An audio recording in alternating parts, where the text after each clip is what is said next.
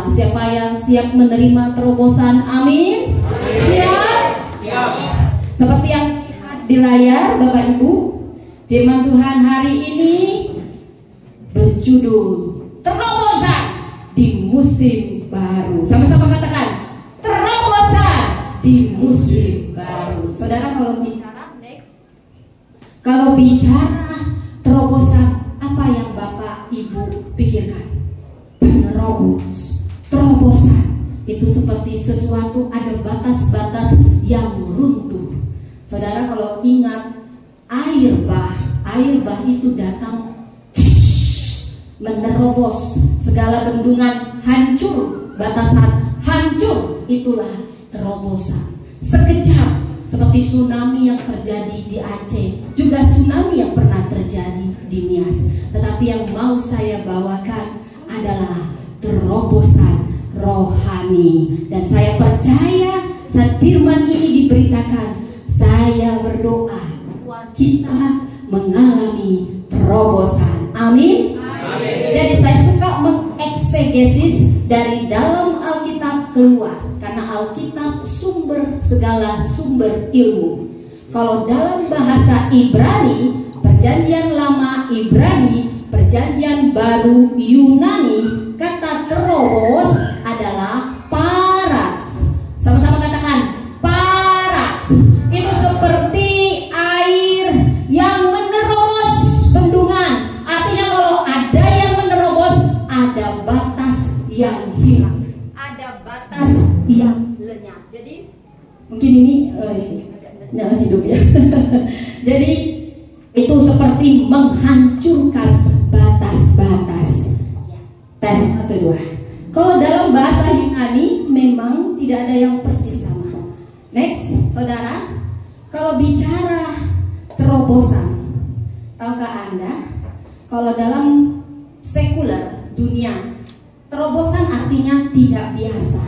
Itu langkah yang berani. Tapi ini bicara tentang usaha manusia, seperti terobosan teknologi, ada strategi, ada inovasi. Tetapi yang mau saya bawakan adalah terobosan menurut Alkitab. Kalau terobosan menurut Alkitab itu bukan usaha, bukan hanya sekedar langkah keberanian kita, tapi terutama intervensi Allah, tindakan dari Allah, karya dari Allah. Seperti di Mika 2 ayat 13, di 2 Samuel 5 ayat 20. Terobosan rohani adalah intervensi Allah. Saudara, kalau di perjanjian lama, Daud mengatakan, Tuhan telah menerobos musuhku seperti air bah menerobos. Saudara, yang menerobos itu bukan kita. Kalau versi dunia itu usaha manusia.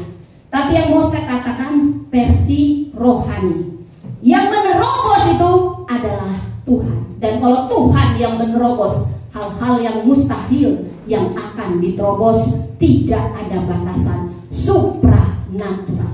Saudara, tahukah Anda terobosan yang paling nyata yang sudah dinyatakan Allah di perjanjian baru adalah kedatangan Kristus. Ketika Kristus di kayu salib berkata, sudah selesai, lalu dia menyerahkan. Dia tidak pernah mati, dia yang menyerahkan nyawanya. Dan apa yang terjadi? Tabir bait Allah terbelah. Siapa yang membelah? Allah. Allah sedang menerobos. Tidak ada lagi batasan antara manusia dengan Allah.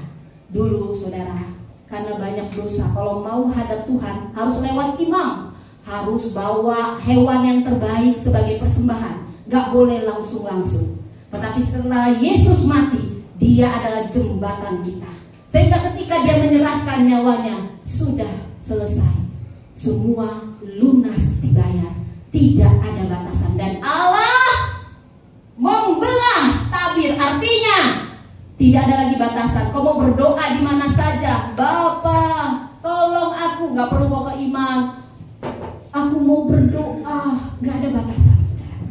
Karena dia sudah masuk ke dalam hati kita. Bait Allah adalah kita. Katakan, aku adalah bait Allah. Katakan saudara, aku adalah bait Allah.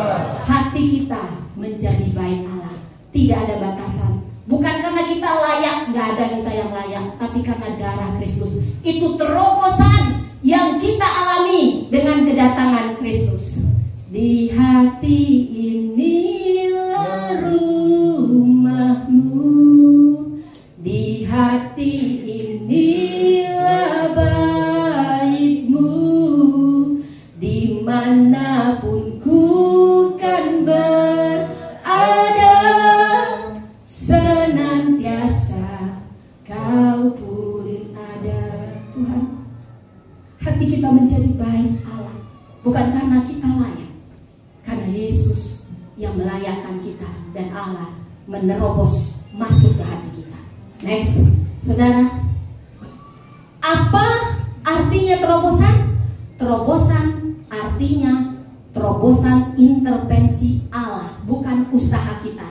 Terobosan terjadi ketika hati dibaharui, iman pun bangkit.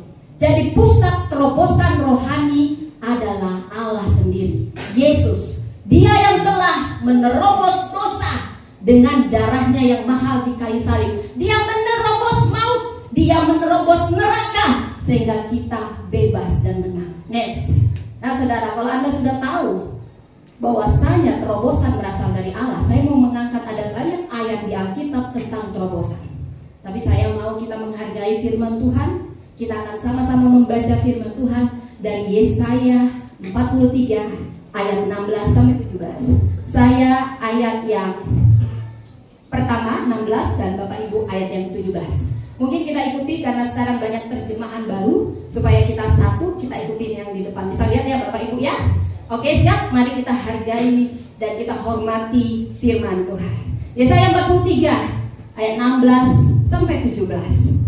Beginilah firman Tuhan yang telah membuat jalan melalui laut dan melalui air yang hebat, yang telah menyuruh kereta budak terkeluar untuk berperang, juga tentara orang kata. Mereka terbaring, tidak dapat bangkit, sudah mati, sudah padam sebagai sumur. Ayat 18 next. Firman-Nya, janganlah ingat-ingat hal yang dahulu, dan janganlah perhatikan hal-hal yang dari zaman purbakala. Lihat, aku hendak membuat sesuatu yang baru, yang sekarang sudah tumbuh. Berbungakan kamu mengetahuinya. Ya, aku hendak membuat jalan di padang gurun dan sungai-sungai di padang belantara. Ayat 20. Binatang hutan akan memuliakan aku, serigala dan burung unta, sebab aku telah membuat air memancar di padang gurun dan sungai-sungai di padang belantara, untuk memberi minum umat pilihanku. Umat yang telah kubentuk bagiku akan memberitakan kemasyhuraanku.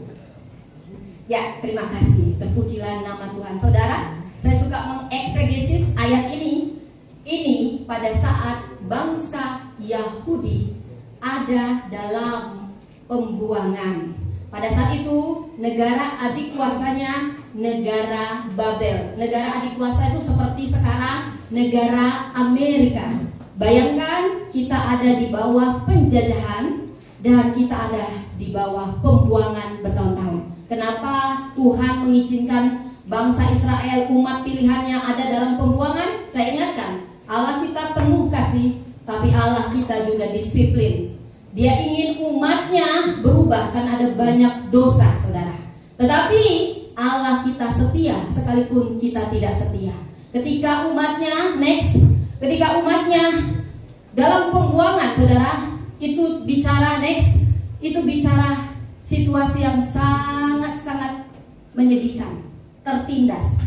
Anda mungkin perlu melihat orang-orang yang imigran, saudara. Mereka tidak boleh punya rumah, nggak boleh punya hak milik. Nah ini masih penting kalau imigran, pemerintah kadang masih kasih dana. Ini bayangkan mereka itu diperas, kekuatan diperas dan gak boleh punya apa-apa dan bertahun-tahun. Yang ada dalam penindasan, mereka hanya bisa bernostalgia.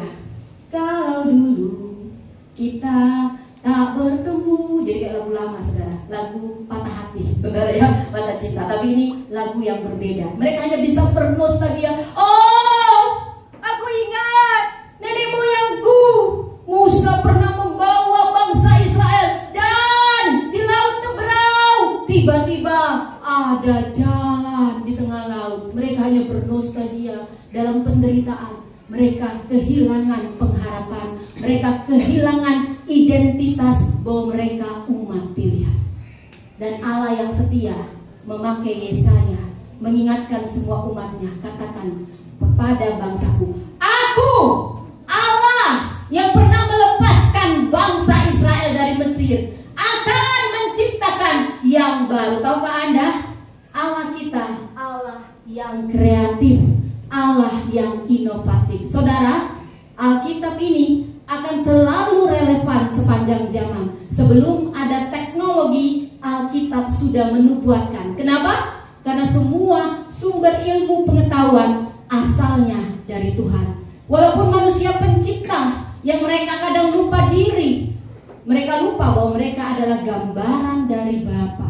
Tahukah Anda, Allah kita itu nggak suka lagu lama terus. Bayangkan kalau lagu lamanya kalau dulu atau di sekolah yang kutunggu sampai sekarang, dari bapak-bapak remaja sampai remaja kita, sekolah yang kutunggu-tunggu. Bayangkan, Tuhan nggak suka lagu lama terus. Dia Allah yang kreatif. Makanya manusia seiring pertumbuhan zaman selalu kreatif, selalu inovatif karena kita meniru Allah.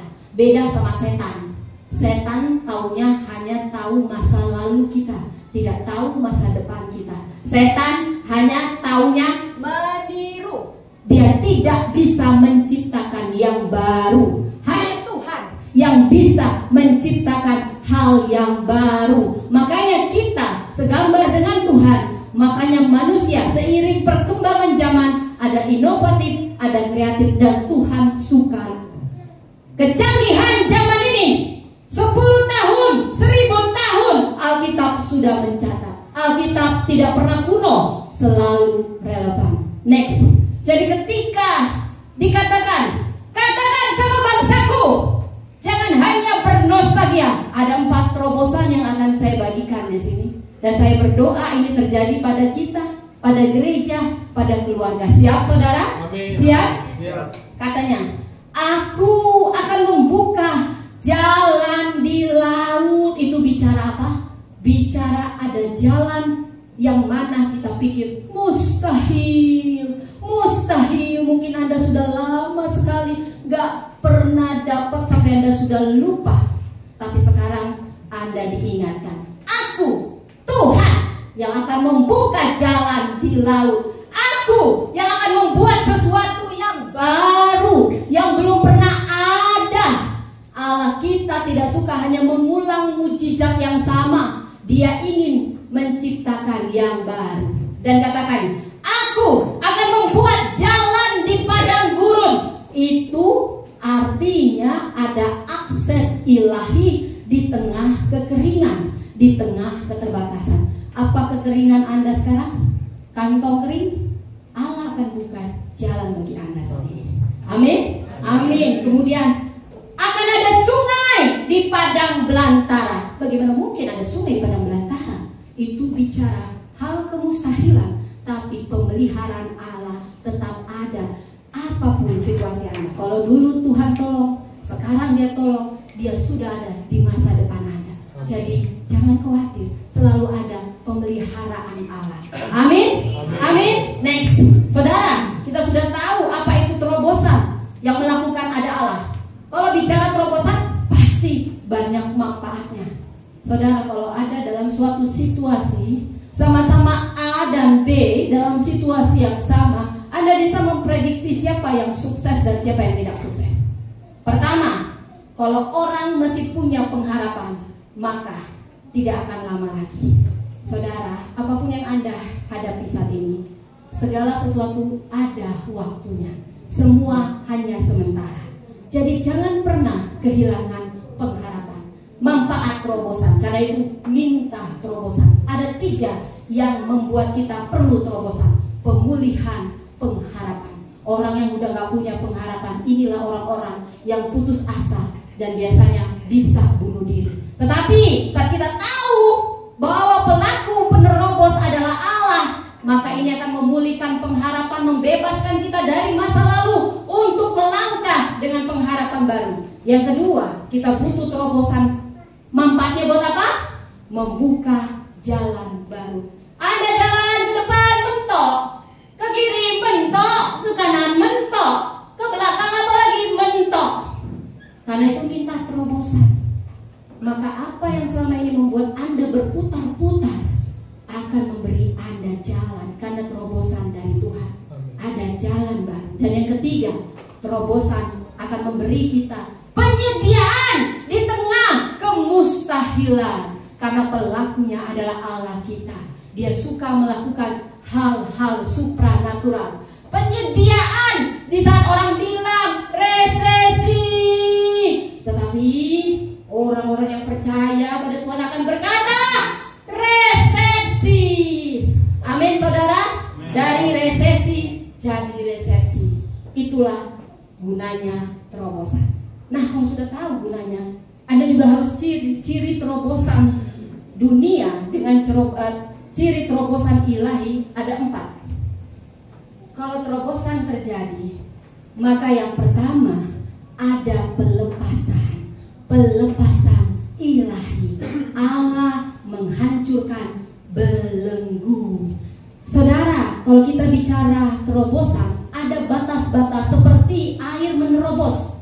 Bendungan hancur, batas-batas hancur, banjir bandang itu terjadi karena terobosan sudah menghancurkan batasan. Tetapi ini ciri yang ilahi. Yang kedua, ada perubahan arah.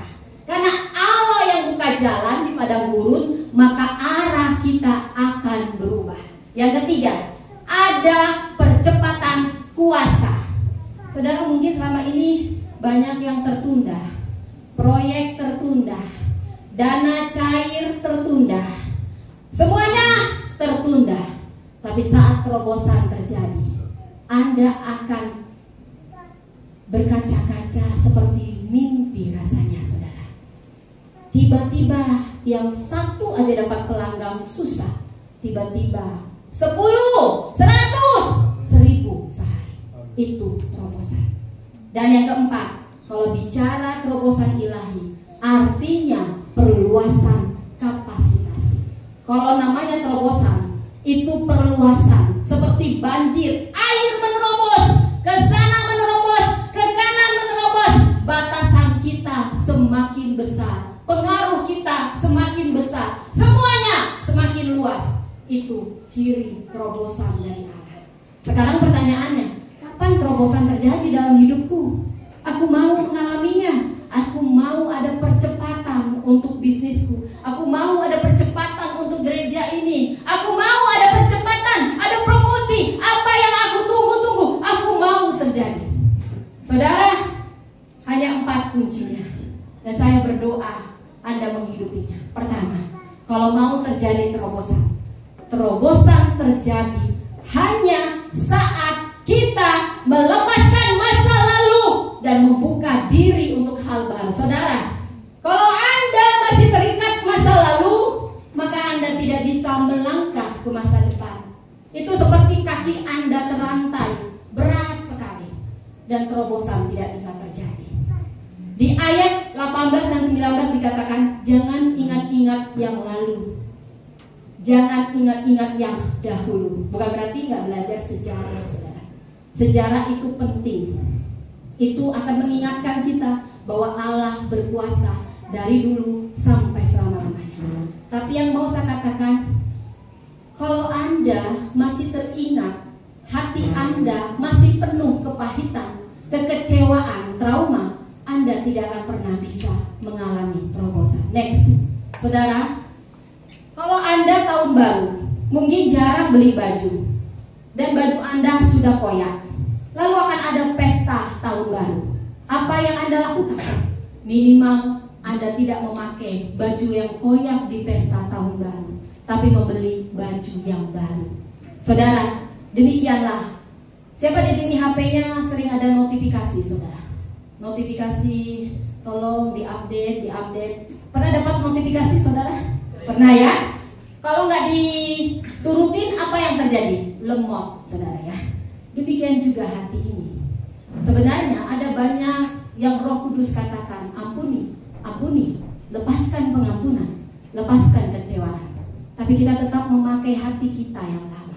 Saudara, ini yang membuat Anda, kalau Roh Kudus sekarang bicara, cepat-cepat lepaskan pengampunan. Kalau ada di antara Anda yang masih menyimpan kepahitan, kekecewaan, yang selalu Anda bicarakan hanya kepahitan Anda, kekecewaan Anda tidak akan bisa mengalami terobosan. Tuhan bilang, lepaskan.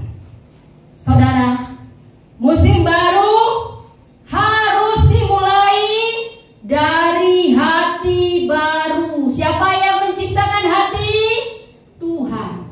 Kalau hati Anda ini masih sulit, maka minta Roh Kudus. Tuhan, aku mau hati yang baru di musim yang baru. Seperti HP direset. Kalau baterainya sudah habis, diganti. Karena tidak bisa membawa terobosan terjadi di musim baru dengan hati yang lama.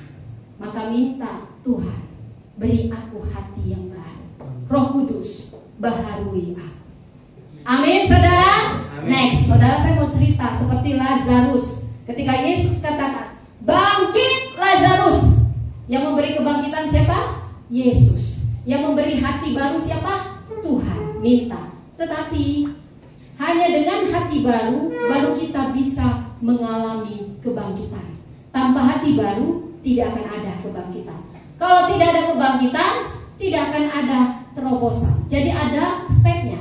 Hati baru, kebangkitan, terobosan. Saudara, Lazarus, bangkitlah. Kalau dia bangkit dari kuburnya seperti itu, saudara, tapi dia tidak bertindak beranjak meninggalkan kuburannya, maka dia tidak dikatakan bangkit, saudara. Anda harus bangkit dan meninggalkan kubur lama Anda, kubur kekecewaan Anda, kubur semua sakit hati Anda, kubur semua kenangan indah yang Anda ungkit, mungkin hal-hal yang lama, termasuk kemenangan-kemenangan lama. Jangan terus-terusan itu. Aku dulu pernah jadi juara 1 putri cantik se-SD. Itu terus cerita Anda. Kemenangan juga jangan itu saja. Allah kita kreatif, buat menang lagi di tempat lain. Aku dulu pernah juara 1 makan kerupuk. Itu cerita Anda. Allah kita kreatif. Anakku, jangan cuma menang itu aja kau ceritain. Sudah 10 tahun, mana menang-menang yang lain? Aku ini bapakmu, tahukah Anda? Kalau hanya kemenangan lama yang Anda mungkin Anda sedang menghina Tuhan. Karena Tuhan kita inovatif, kreatif. Next, saudara, saya akan menceritakan Honda. Siapa sini punya Honda, saudara? Mau dikasih Honda, saudara? Oh, merek Honda. Ini tahukah Anda? Namanya penciptanya Soichiro Honda, orang Jepang. Saya sangat suka orang Jepang, saudara. Orang Jepang itu yang mirip-mirip sama aku aja kalian ini, saudara. Bisa kita lah ya, orang Nias, orang Batak, mirip-mirip kita. Kita lebih cantik malah ya. Suka-suka kita lah ya. Orang Jepang itu kalau mengalami gempa runtuh semua. Kita bersyukur di Indonesia ini yang katanya bukan lautan, hanya kolam susu, apapun tumbuh. Kalau di Jepang sebentar gempa, tapi mereka kreatif. Padahal mereka bukan orang Kristen, banyak yang, tapi sekarang puji Tuhan sudah banyak orang Kristen. Tapi itu namanya hukum alam. Jadi orang rajin tetap kaya, mau dia Kristen atau tidak, itu udah hukum alam, saudara ya. Nah, sekarang yang mau saya katakan, dulu waktu gempa, ini bukan orang yang kaya si Honda, si Soichiro Honda. Dia tuh banyak belajar otodidak karena nggak mampu sekolah. Dia itu bangkrut berapa kali, ditolak di Toyota berapa kali. Tapi dia tidak mau terikat masa lalu, tidak mau mengasihani diri. Dan orang yang gigih, orang yang tekun, maka Allah bekerja sehingga dia kreatif, dia inovatif, dia membuat terobosan di tengah banyak kegagalan. terciptalah Honda brand nomor 1. Saudara, dari puing kegagalan bahkan akan lahir terobosan. Saat pintu tertutup, saat dunia Anda runtuh, ketika Anda tidak menyerah dan tidak terikat dengan buli-buli apapun, maka Allah akan bekerja sama dengan orang-orang yang gigih begini. Ada sesuatu yang baru, ada terobosan. Next, saudara.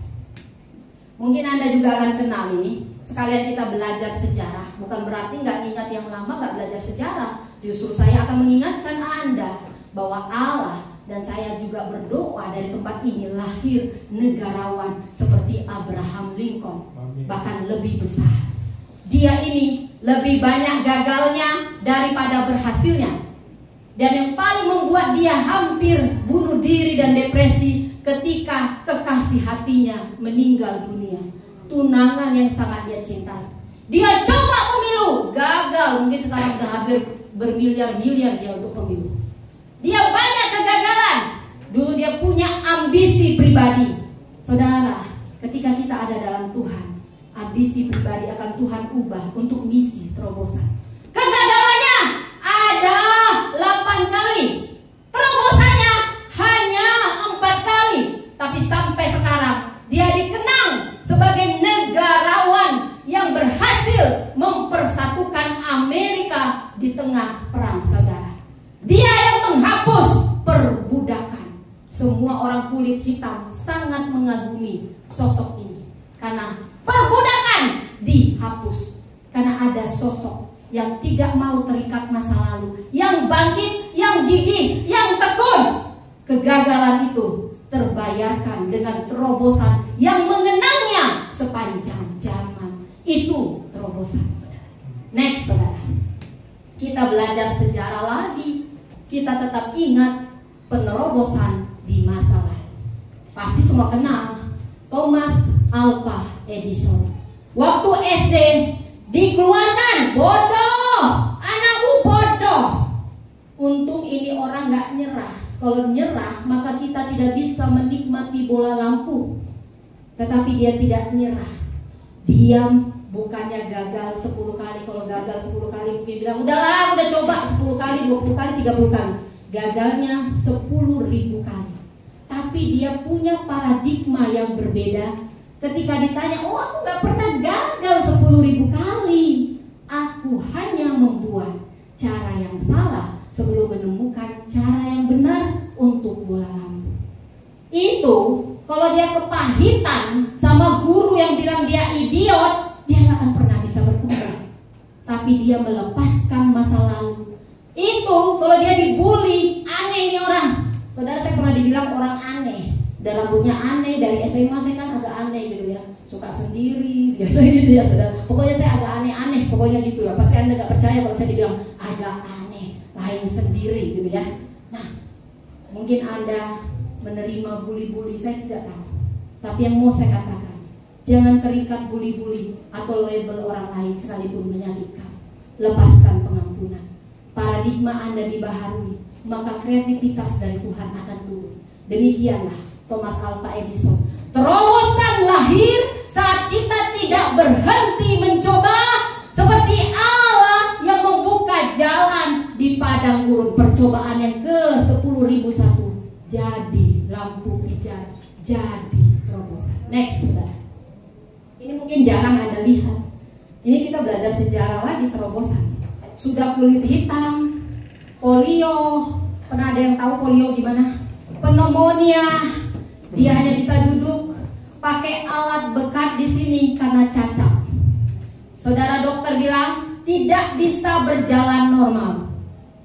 Tetapi apa yang terjadi? Dia disebut wanita tornado. Dia wanita pertama meraih 3 medali emas perlari tercepat sepanjang zaman. Sudah dia wanita, kulit hitam pula, bukan orang kaya, penyakit polio, penyakit pneumonia, cacat, tapi gak tanggung-tanggung, tornado tercepat. Kenapa? Karena dia melepas label-label yang membatasinya. Karena dia tidak mau terikat dia gigih berlatih dan terjadi terobosan. Saudara, mungkin saat ini dunia meragukan Anda. Penampilan, siapa sih yang pernah, Pak, ini mau ke pesta atau mau kemana ya? Pokoknya penampilan Anda itu diragukan gitu, saudara ya. Saya pernah diragukan, saudara. Ini dibatasi gitu. Saya pernah dibatasi teman saya. Tapi ya, mau saya katakan, jangan pernah Anda membiarkan label orang lain melekat sama Anda.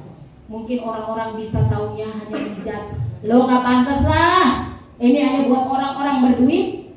Aduh, lu gak memenuhi kriteria. Tapi saya mau katakan, ketika Anda bangkit dan tidak mau terikat label-label orang, maka Tuhan akan bekerja sama dan akan memberi Anda terobosan pada waktunya ketika Anda mau melepaskan. Amin, saudara. Amin. Coba kalau dia hanya mau, aduh aku udah kulit hitam, aduh cacat, tapi dia punya hati yang dibaharui, dia punya kegigihan sehingga pelari tercepat yang dikenang sepanjang zaman. Dunia bisa meragukan, tapi ketika Anda bangkit, Anda akan mendapatkan terobosan itu. Saudara, kunci yang kedua terobosan apa? Saat kita percaya dan taat pada arahan Tuhan. Saudara, mau Anda 10 tahun pengalaman jadi guru, mau Anda 10 tahun pengalaman jadi supir, saat Anda melakukan sesuatu, saya mau katakan, jangan pernah lupa berdoa. Selalu minta arahan Tuhan. Jangan bersandar hanya pada pengertianmu. Kau tahu, kadang Tuhan itu mau kasih terobosan, tapi kita lebih bersandar pada pengalaman kita, logika kita. Daud, waktu dia berperang, padahal Daud sudah ratusan kali berperang dan menang, tapi dia tidak pernah sembarangan. Dia selalu minta arahan Tuhan. Ketaatan mendahului mujizat. Ketaatan mendahului terobosan. Dan ketika dia bertanya pada Tuhan, majukah aku? Maju. Dan dia memuji Tuhan. Tuhan telah menerobos musuh di depanku seperti air menerobos. Kalau kau bergantung hanya pada pengalamanmu, maka kekuatanmu yang tersedot. Tetapi ketika kau mendengar dengan ketaatan dan doa, maka Allah yang menerobos apa yang menghalangi selama ini.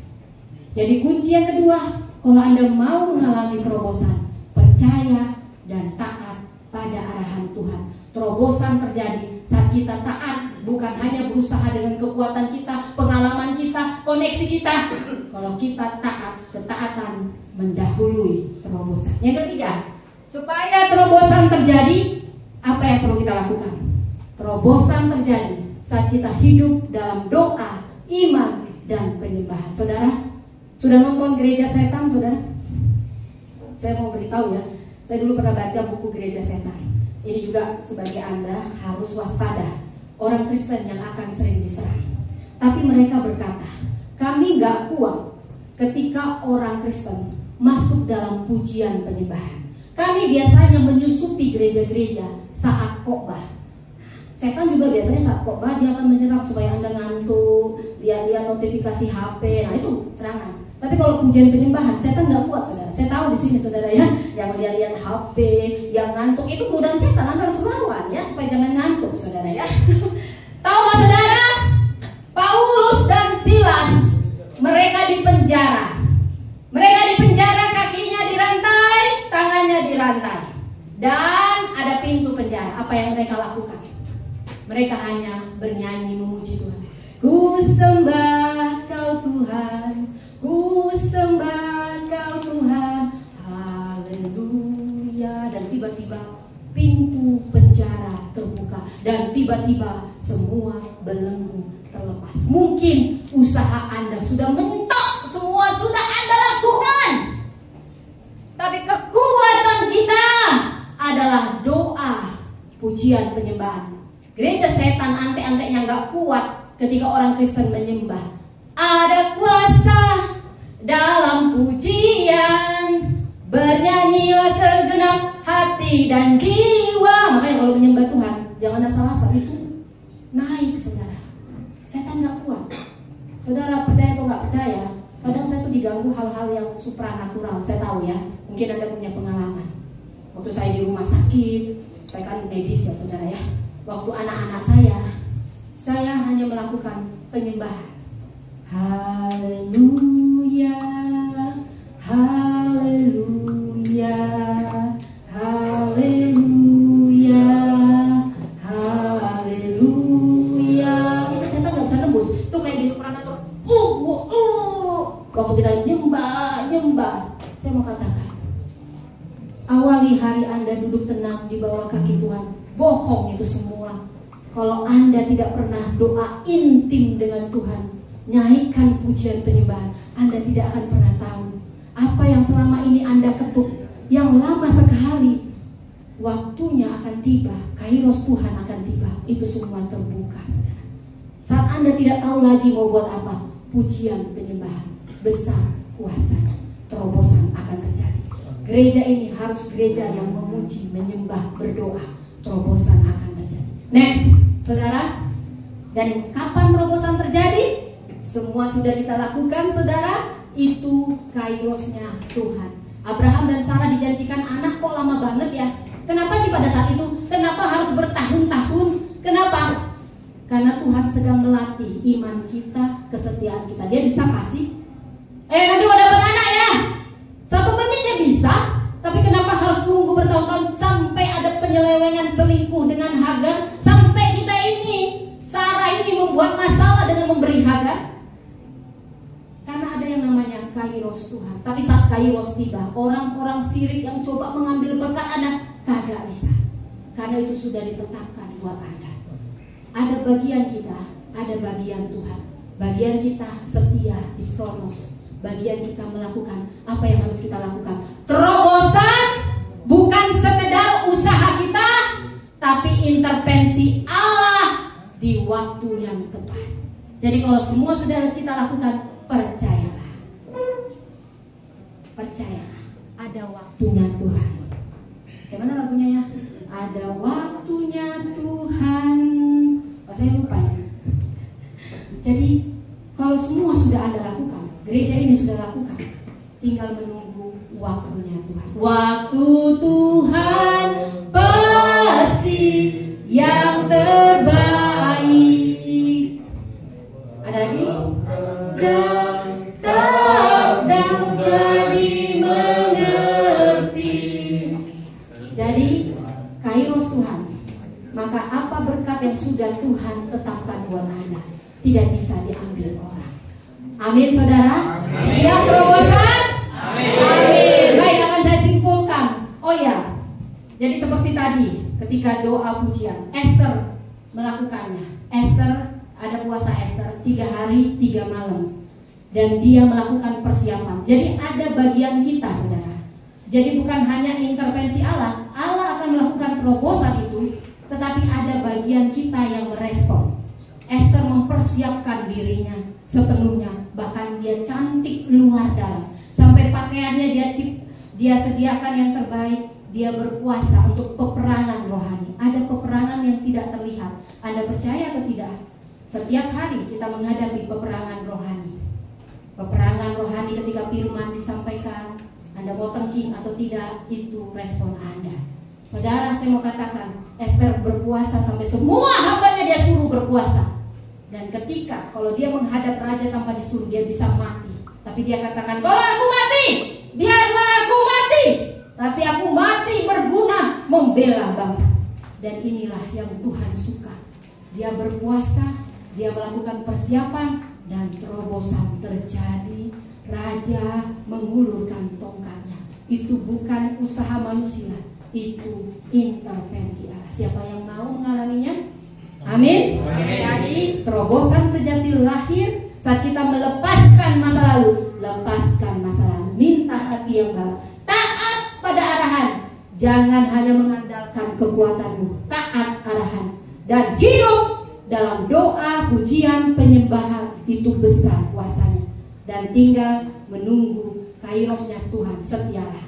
Jadi yang bisa saya simpulkan, kita belajar bahwa Allah kita, penerobos kita, Dia Tuhan yang terobosan, yang memimpin kita masuk musim baru, bukan sekedar bertahan, tapi menyatakan kemuliaan. It's not about you, it's not about me, it's the Lord about our God.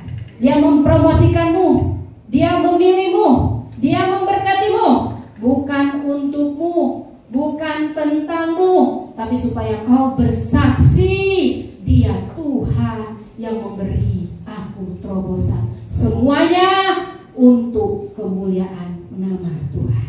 Amin. Mari kita berdoa. Bapa, terima kasih. Kau Allah penerobos kami. Kau yang akan menerobos musuh kami. Kau yang akan menerobos batasan itu. Kami mau melepaskan masa lalu kami. Kami minta hati yang baru. Aku berdoa bagi setiap orang yang masih terikat masa lalu.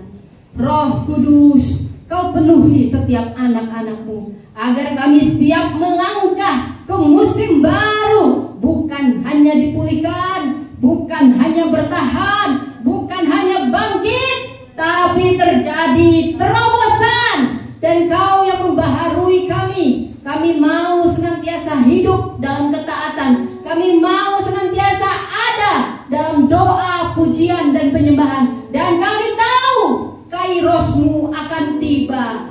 Semua yang tertutup